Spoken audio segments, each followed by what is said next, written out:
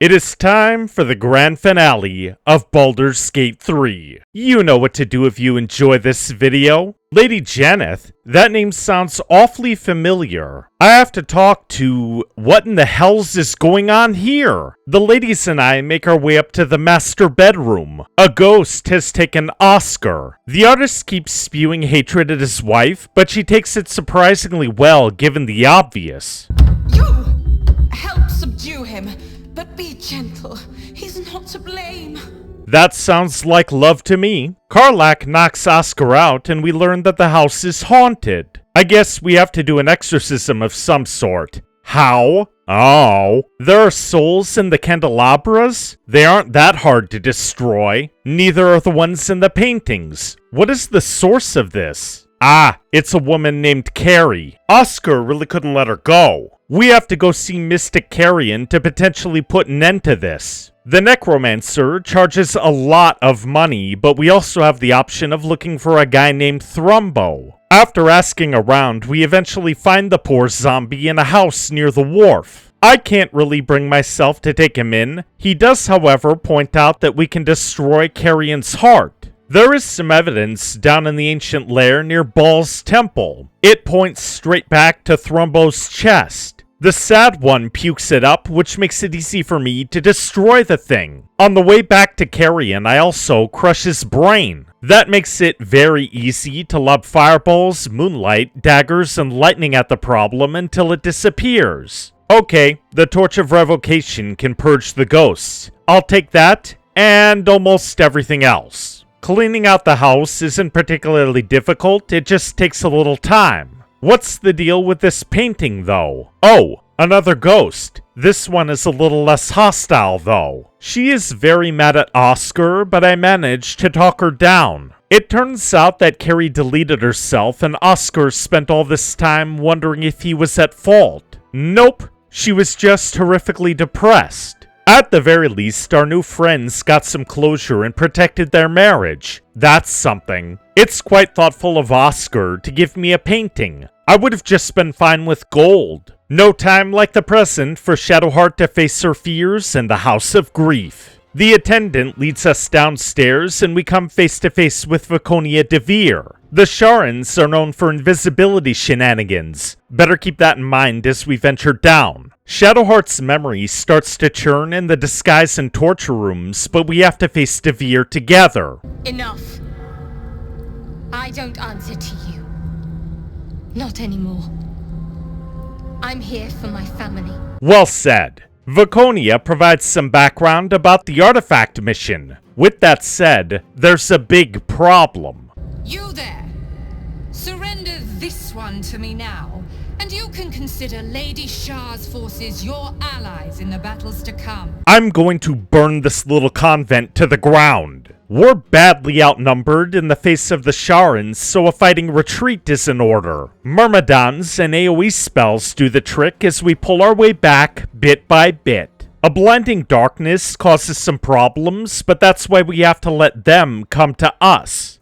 There we go. Jaheira really doesn't like the fact that the gods seem to be in a proxy war. We wiped out a cavern of evil, though. That should help a bit. What's with this barricade? Oh, it's covering a strange hiding spot. I wonder who... It's Shadowheart's. There's a tiefling here, too. This must be the old friend from the Noblestalk memory. They were attacking who you were.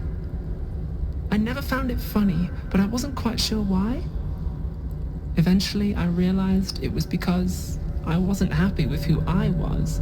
I see what you're driving at, game, and I don't quite get it. Why would an evil goddess who literally wants to torture, mind wipe, and murder her way to the end of the world also accept someone like Nocturne? You'd think that a transgender character would be a part of some Selûnite order. Anywho, Shar has one last trick up her sleeve.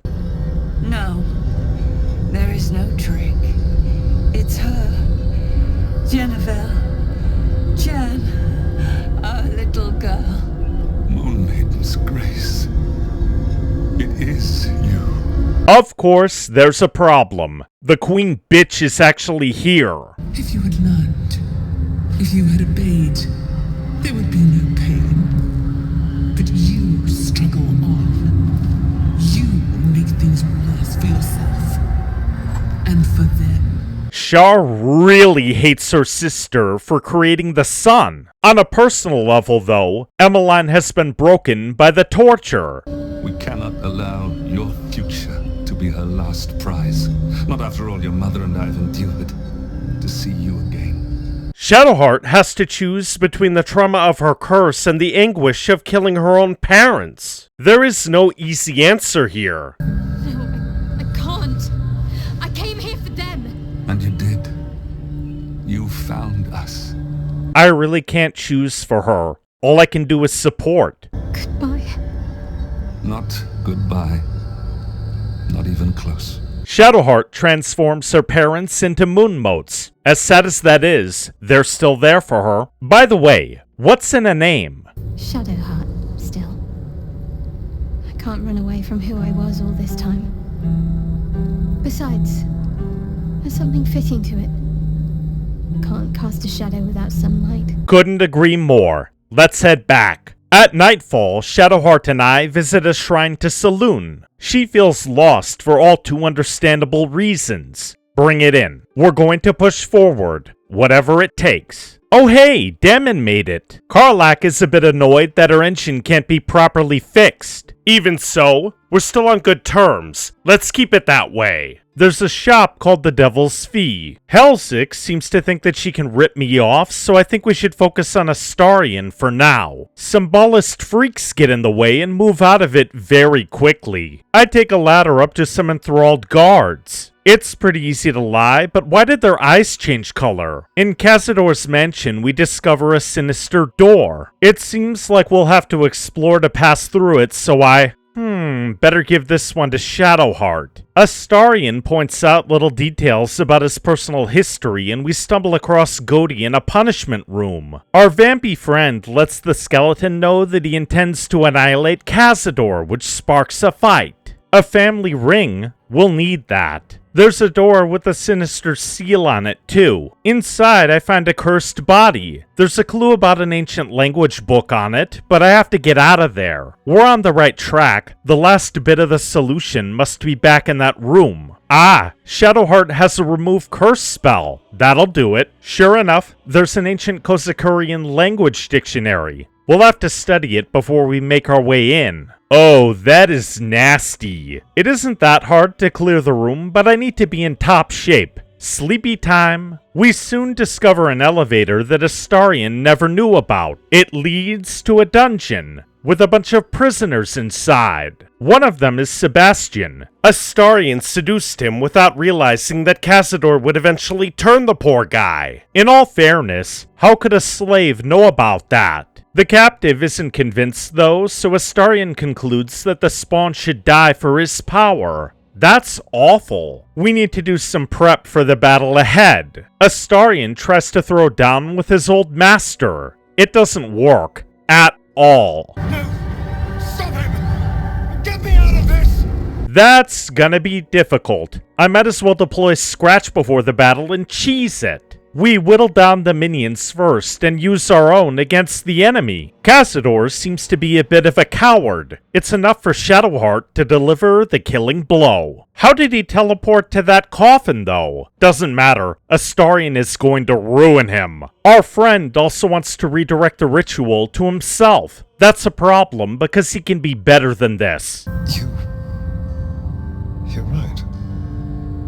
I can be better than them. But I'm not above enjoying this. Cazador's death is very satisfying. Perhaps Astarion will get something more out of it in the future. For now, the other vampires are heading for the Underdark. The tribe we encountered earlier doesn't particularly like that, but they let it slide because Cazador was the real threat. Let's get out of here. At the very least, Astarion is happier than he was. You saved me back there. I may not have appreciated it at the time, but I do now. Thank you. Good feels good. Hey, Shadowheart, you want to make out?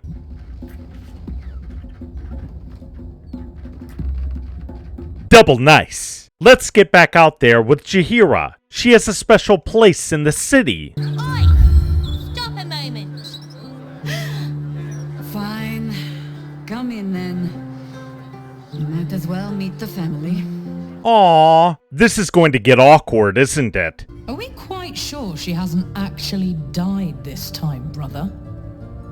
She looks dead. Ah, it's one of those families. Gotcha. Rian takes after her mother in many ways. It's kind of funny to see that a living legend has a messy home life. Have mercy, sister. She's old after all.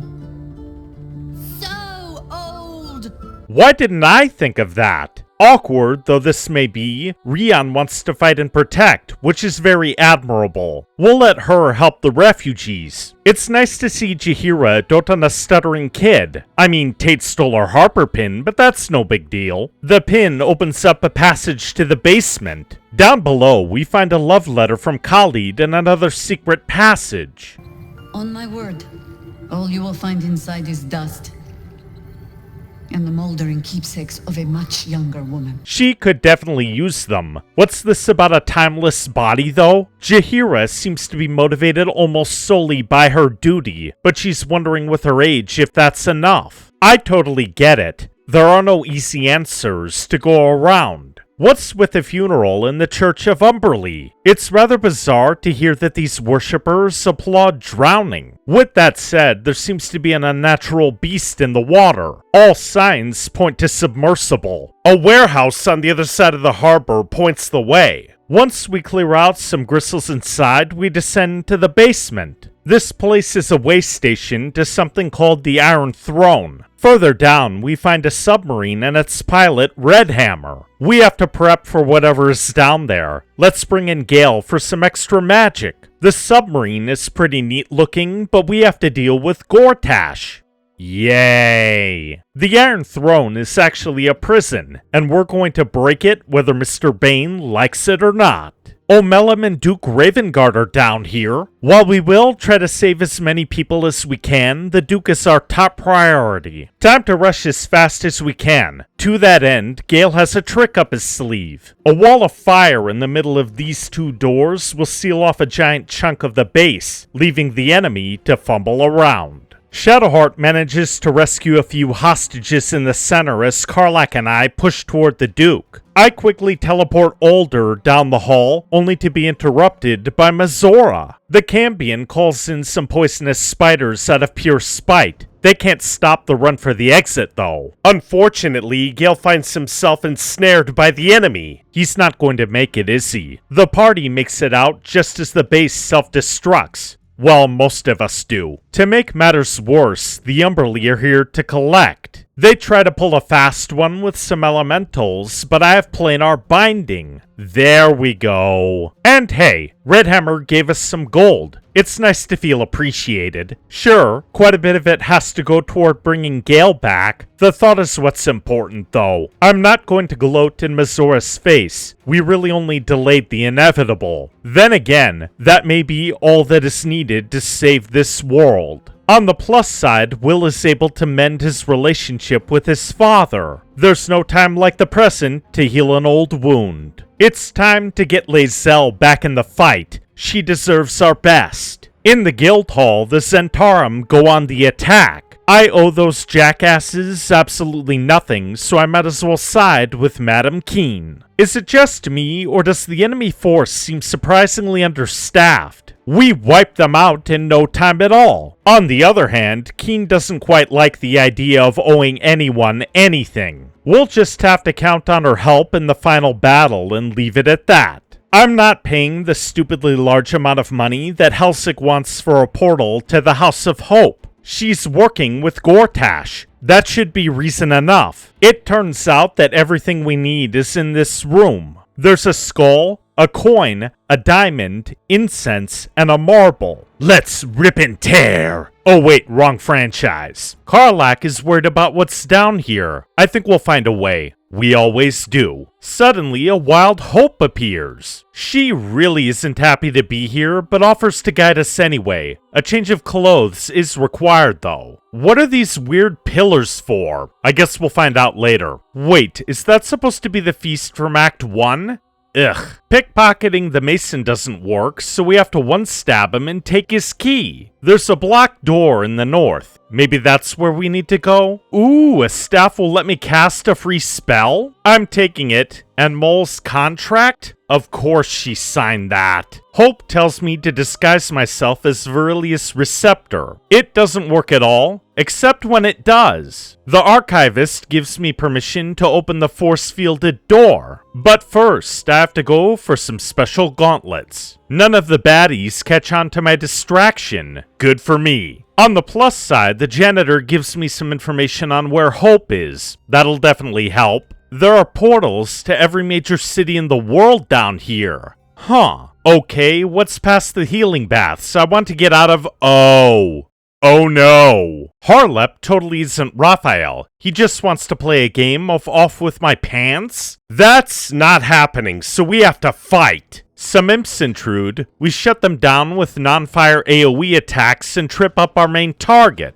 It's very easy to stab the rat until he falls. Lizelle could definitely use those Hell Dust gloves, and we find the magic words for the Orphic Hammer. Time to run a distraction, seize an incredibly powerful amulet, and get my heart's desire. We're going to have to stab our way out of this one, aren't we? Oh, the house has a bunch of flaming piggies and balls, eh? Let's bring them down before the fire damage gets to be too much. We slice and dice our way to Hope's prison. It's stuffed with imps and 2 spectators, but that's nothing we haven't dealt with before. Hope seems a little worried about our predicament. It's not enough to discourage anything. Still, we'll stay on our toes. Raphael is on the way, so it's time for prep work. And yes, he wants to kill us. The downside is that Yerger is here too. I guess our little talk from earlier didn't mean anything. It's time to go all out. We have to take out all of these pillars while whittling down the enemy. Planar binding balances out the fight a bit. However, the scales tip back with Raphael's demon form. This is such a long and grueling fight that Shadowheart and Hope need divine intervention. I wonder if we could have cheesed this somehow. Believe it or not, my water myrmidon lands the final blow, giving us a way out of the mess. Karlach's engine is acting up again, one step at a time. Let's get back to, oh, I'm almost naked, as are my party members. Well, we could use a fresh change. Shadowheart looks rather fetching in a leafy top, and of course, I'm going for high fashion. In the morning, we make our way back to familiar ground at Worm's Rock. Will is going to be very useful here. There are 2 dragon lamps on the wall. As Alder wrote, I have to electrocute them and take the secret door. Some murals down here tell the short version of Baldur and Answer's story. We also find a statue that can talk.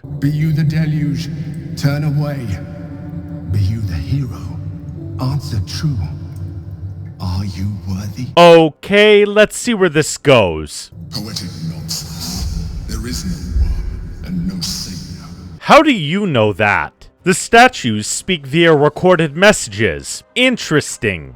We have to get through 4 challenges. The first is a test of justice that references a thief. Should a corrupt judge kill him? Is freedom even an option? What about jail? Letting the punishment fit the crime is the correct answer. I'm sure that this lesson won't be thrown to the wolves. As a war reaches its end, there is one who doesn't advise for the city's prosperity.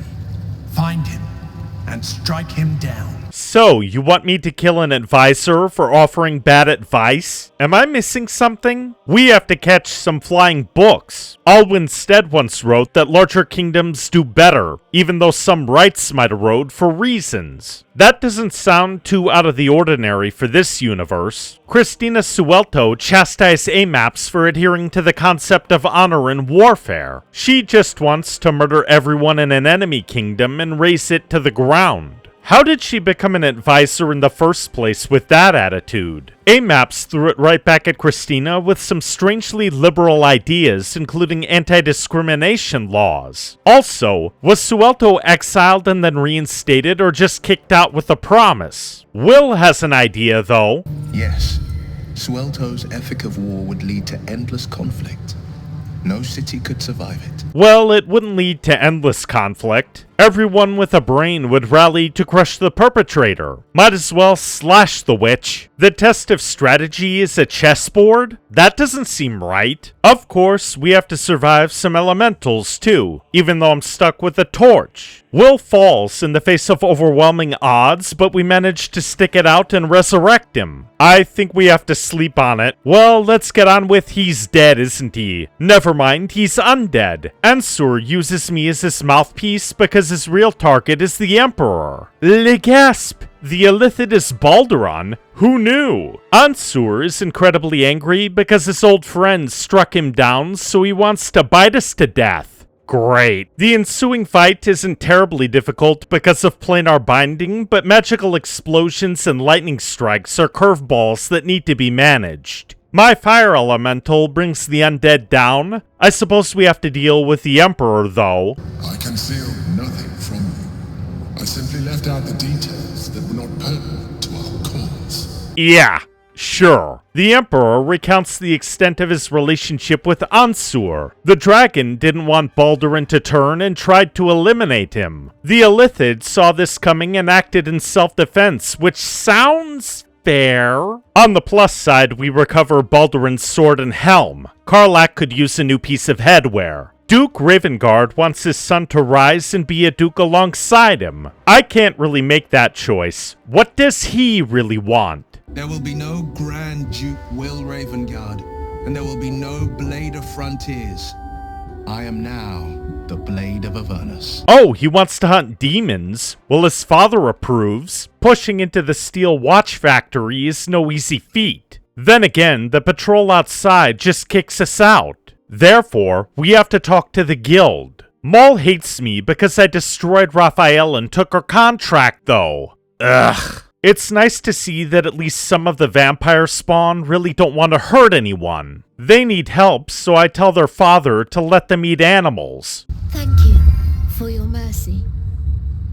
Thank you for everything. You're welcome. Kithrak Voss is pleased to see that we have the Orphic Hammer. Lizelle gets a silver sword for her trouble. Our froggy gal is thirsty for blood, but she also gives us permission to use the weapon if necessary. The only problem is that none of us are Githyanki. Still, the gesture is nice. Ah, Sticky has some lockpicks. That'll do. Let's bring in Astarion. There is no real penalty for trespassing, therefore we brute force it until we're safely inside the factory. Our presence is enough for the Gondians to start an uprising. Sadly, only 2 of them make it out of the first engagement. Xanar Tubin knows how to destroy the steel watch. We need to keep him alive. Oh, wonderful. All of the Gondians are dead as well. At the very least, we know where to go. The only question is whether or not we can finish the job. There is a code that triggers a fatal feedback loop. What could it be? Ah, Nebulun. Oh, hells, these are super special watchers. And there's a Titan. No matter, we're going to crush these monstrosities. Excellent. I have to decipher the Neurocitor, and the big boom that follows is very satisfying. Sure, a bunch of Gondians are dead, but I can't save everyone. Karlach should join us. We're going after Gortash. Carving a path through Worm's Rock isn't terribly difficult. Little do I know that I'm walking into another iffy boss fight. With that said, the sheer emotion pouring out of Karlach is a marvel. You betrayed me for reasons I still don't quite understand. But I suppose evil has no real cause. It just is. Until it isn't. You utter brat. You're going to burn this place down. Good. He is so dead. There's just one problem standing in the way. A force curtain on a pillar gives the tyrant near invincibility. Lizelle can't shoot it, so Shadowheart has to use her light. There we go. Karlach may have gotten her revenge, but that doesn't mean that she has found any peace. What was the point? I'm still dying. I'm dying. I'm going to die. There may still be a way forward. That doesn't help much. Karlach is absolutely terrified of death. Our distraught gal pours her heart out about how bitter and desperate she really is.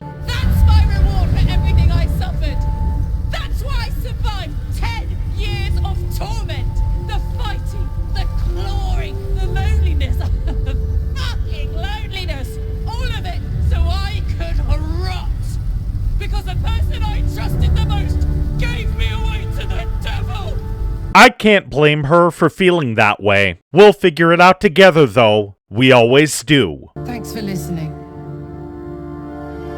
For existing. Love you.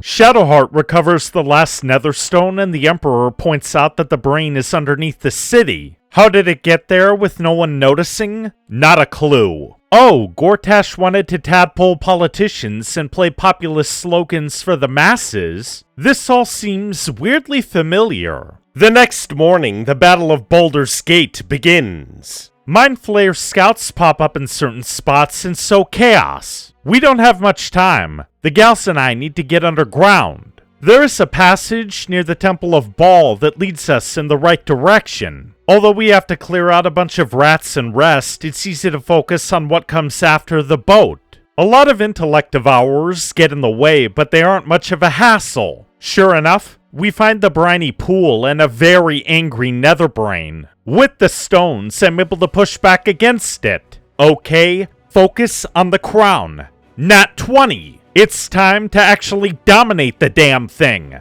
Nat 20! I may be using up my inspiration rolls, but it's worth it. Wait, the Emperor was a part of the Netherbrain's plan all along. Uh-oh. Time to push, and I got another Nat 20. The Emperor yanks us back to his home turf, and the brain begins its main assault. Of course, the Illithid has to blame me because the Netherbrain is allegedly all-powerful. Or close to it. Oh, he also wants to eat Orpheus's brain and use the stones. That sounds like a very bad idea.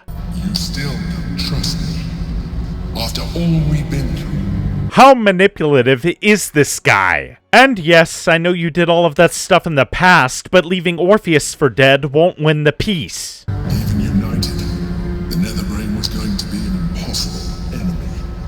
But apart, we have no chance of survival. I'm sure that Lae'zel could talk him out of hurting you. Very well. Since you will not work with me, you work against me. You leave me no option but to join the Netherbrain. We shall crush him on the battlefield, whatever it takes. Let's set Orpheus free. You freak of Illithid. Nice to see you too. How have you been? Orpheus is annoyed at how we leached his powers, but it's not like we knew all along. Still, he's willing to become a Mind Flayer and help us end the threat. When we get back, Kithrak Voss is stunned by the sacrifice. Even so, we have to push on to victory. But first, it's time to gather everyone together. Withers even manages to calm the room down about Orpheus. That leaves room for me to pump them up because this is a fight for freedom. Oh wow, Demon transformed our little cub into an armored giant. Enough talk. Time for war. The center of the city is littered with all kinds of evil. Their positioning, however, makes it very easy for our forces to take the high ground.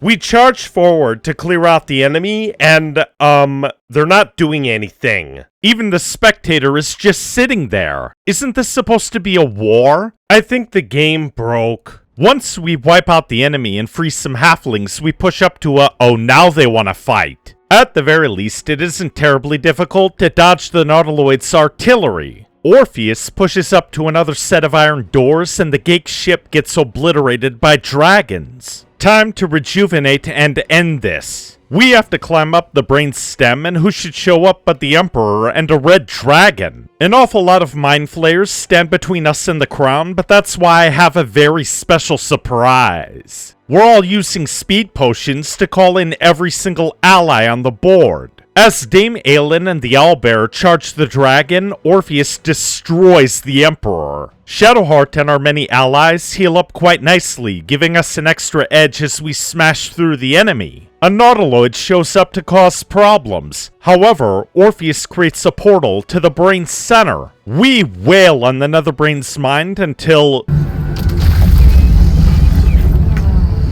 Oops. We have to press on and break the Abomination's will. Oh, it just kicked the two of them out of a psionic attack. Phew! Orpheus orders the brain to kill all of the tadpoles and itself. The only problem is that we're still on top of the thing! Everyone is okay, never mind. Orpheus begs me to kill him because he cannot lead his revolution. Lae'zel, however, can take up the mantle and does so without hesitation. I don't believe that the prince deserves to die. He can set his people free in other ways. It sucks to see Lae'zel go, but go she must. What about Gale? He has the power of Karsus within his grasp. I don't think he'll be happy with that. If this adventure has taught me anything, it's that there are things in this world far more valuable than power. Well said. Give it back to Mystra. Astarion's luck finally runs out. He'll have to avoid the sun, sucky though that may be. Karlach's heart is on the edge of failure. I won't leave her side yet. There's still one more card to play. I beg her to return to Avernus with Will, and the blade agrees. Karlach deserves to live and at least have some hope. Luckily, she thinks so as well. What about Shadowheart and me? There's so much only they could have told me. But that's all gone now. I've got to move on. Find some place for myself. We'll do it together, same as always. Karlach and Will made it. I wonder what, did they just freeze? Oh, I have to click my way through this. At least they're gonna kill the hell out of the demons. 6 months later, Shadowheart and I show up to a party. The gang's all here. Of course, I have to speak with her first. I feel like I must have dreamed the last few months. Now I'm waking up back in camp with my hair smelling like wood smoke and fallen leaves stuck to my backside. Fair, but your backside is fine. It's so damn fine. Oh, I've noticed. Ever since I first slipped into my camp garments, I should think. Right, it started with the camp garments. We have a lot of stories to tell, especially one about an imp named Bing Bong. But first, Tritos must be had. Almost a shame we're with company. I'd be tempted to let you whisk me away someplace quiet. That's the plan. Did you check page 105, by the way? Scratch wants me to play fetch with the Astral Prism. Go get it, boy! Huh. The owlbear apparently fought a bunch of creatures over the past 6 months. Something tells me that he needs a family. Shadowheart and I can be that. I'm sure she'll be fine with it, right? You didn't. Of course he can come with us. I always regretted we didn't extend the offer after the battle. It was all such a blur. We'll make one hell of a team. All right then. It's settled.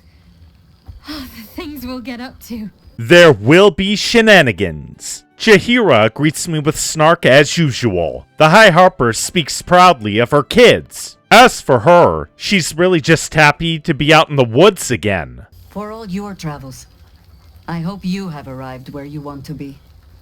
Home. Whatever that means to you.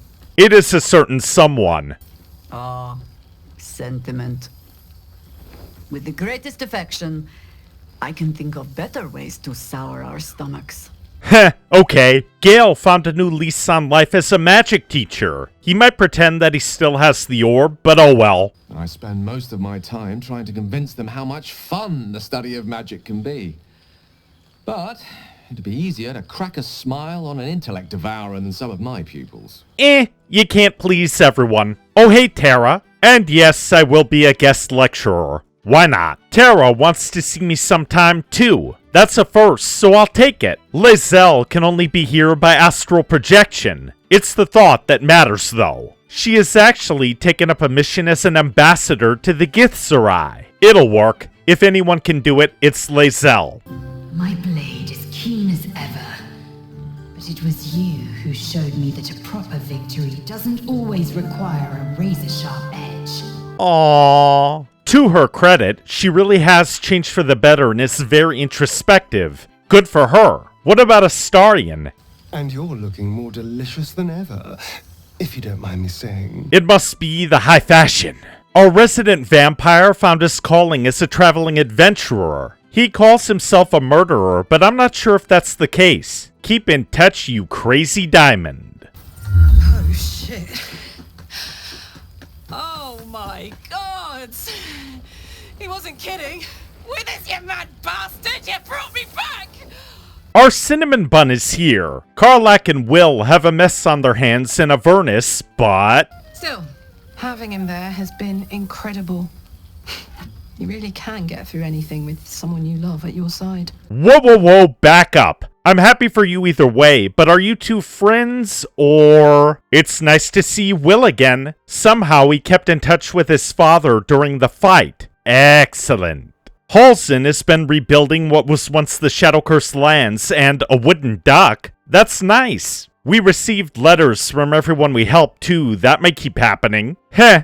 Withers pulled a washed-up music god out of the fugue plane. Minsk is Minsk. What else is new? Well, all things must end, but I can do that with a toast. To all of our friends. And yes, Withers is Jurgle. It's rather obvious. Is Baldur's Gate 3 a great game? Yes. Is it 10 out of 10 perfection? Absolutely not. It can get there, but the gaming journalists who said that it already was clearly weren't doing their jobs. Let's tackle each element in turn. The main plot is pretty standard for a fantasy setting. That doesn't mean that it's bad though, because it masters the most important beats of storytelling. Who am I? A tadpoled wizard in Faerun. Who are my friends and allies? I get to pick from a mix of adventurers, organizations, and suppliers. Who are my enemies? A goblin camp, Catherick Thorm, Orin, Gortash, and the Netherbrain. We can throw in the Emperor and Raphael as well. What do the main bad guys want? To rule the world and turn people into mindless thralls. What do I want to do? Stop them. What will the consequences be for me if I fail? I will turn into one of those thralls. It's rock solid, urgent, and easy to understand. Much to my surprise, the writers somehow managed to avoid major plot holes as well. I know that some people might point to how the Emperor sides with the Netherbrain, but that makes sense if you think about it. The Illithid is a manipulative little shit who values freedom.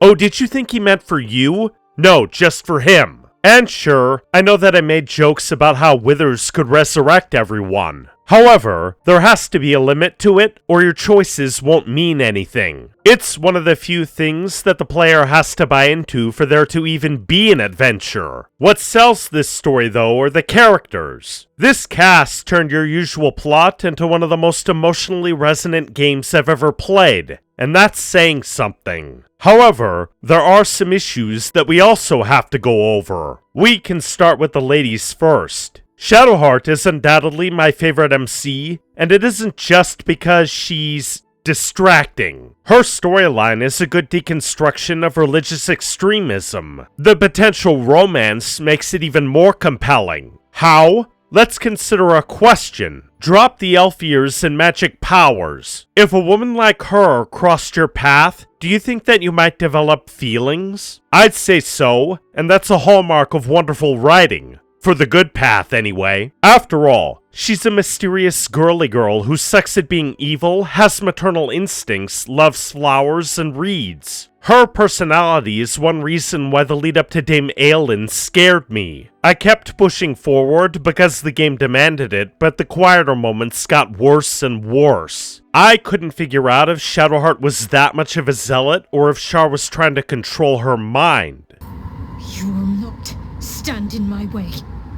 Draw your weapon. Where did the woman underneath go? This isn't her. I was genuinely scared that she would fall down a dark path. Thankfully, she didn't, which opened up moments of incredible beauty. Even though her personal quest is simple, Karlach's yearning and fear of death really hits home. Her arc is a masterful look at trying to do good in the face of the inevitable. The rage and depression that seeps out of the character also made me wonder how much of her personality is a mask. If she stopped being bubbly and sugary sweet, would she ever stop crying? And yes, I know that some players out there are sad because she didn't exactly get a happy ending. However, she can get a hopeful one. That's what matters the most. And of course, there's Lae'zel. Is she an interesting character? Yes. Is she a good romance option? No. I like the concept of a warrior turned rebel because of lies. However, the writers made Lae'zel too alien for a proper romance at the beginning of the game. While she is brave to a fault, I think that a romantic arc calls for glimpses of the woman beyond her role. That doesn't really happen until Act 3 when her character building is pretty much done anyway. What about the guys? Gale is a bro and his story has quite a bit of depth. The man's crippling need for more is an all too timely lesson, especially since he can just do good and enjoy life with a found family. Will is the best man on the team by far, especially since he has to make unenviable choices. After all, could you save your father's life if it meant eternal damnation? What about an entire city? How far would you be willing to go to defend everyone you care for? These are amazing questions to ask, so I'm happy to consider them. In the case of Astarion, I'm not sure if he has enough character development. He is a vampire, sure, but what else is there between the beach, that one night in Act 1, and his final showdown? There are runes on his back, a fight with the minions, and that's about it. Last but not least, Jaheira and Minsk are in the game for continuity's sake. The problem is that the High Harper is far more compelling than the Berserker. I adore the moment when the party comes across her house. It gives her many children a golden opportunity to bring out her true self. On the other hand, Minsk is just kinda there. I'm not sure if the writers knew what to do with him beyond a tadpole rescue. Of course, we can't finish off a discussion of the characters without a consideration of player sexuality. While I get that Larian sought to maximize player choice, it leads to some extremely jarring moments. For instance, hindsight shows why Lae'zel took an interest in me during Act 1. I fought alongside her the whole time and told her off when I had to. It's kind of alien and weird, but at least a little believable. Halsin, though? By that time I was ride or die for Shadowheart. He could have easily known that by just looking around the camp, so his attempt made him look like an icky guy. With that out of the way, some of the biggest issues involve the gameplay. While most of the fights are decent to great, quite a few of them suffer from a lack of difficulty balancing. Keep in mind that I'm pointing this out with a balanced run. The silliest examples of this are the Grimforge, the Battle of the Last Light Inn, and the fight against Lorroakan. For one thing, there are no obvious ways to gather intel beyond starting the battles and reloading.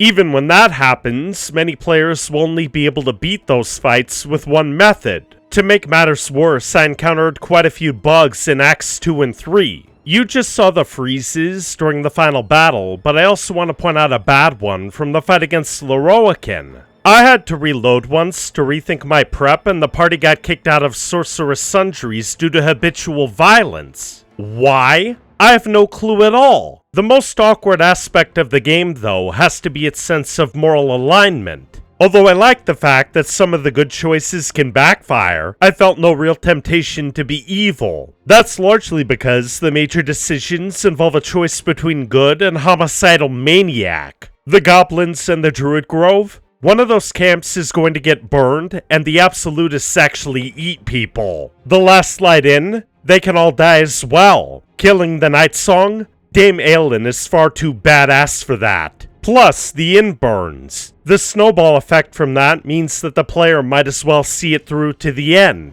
In fact, it seems like a more subtle evil character would just do what I did and backstab the Mind Flayer right at the end.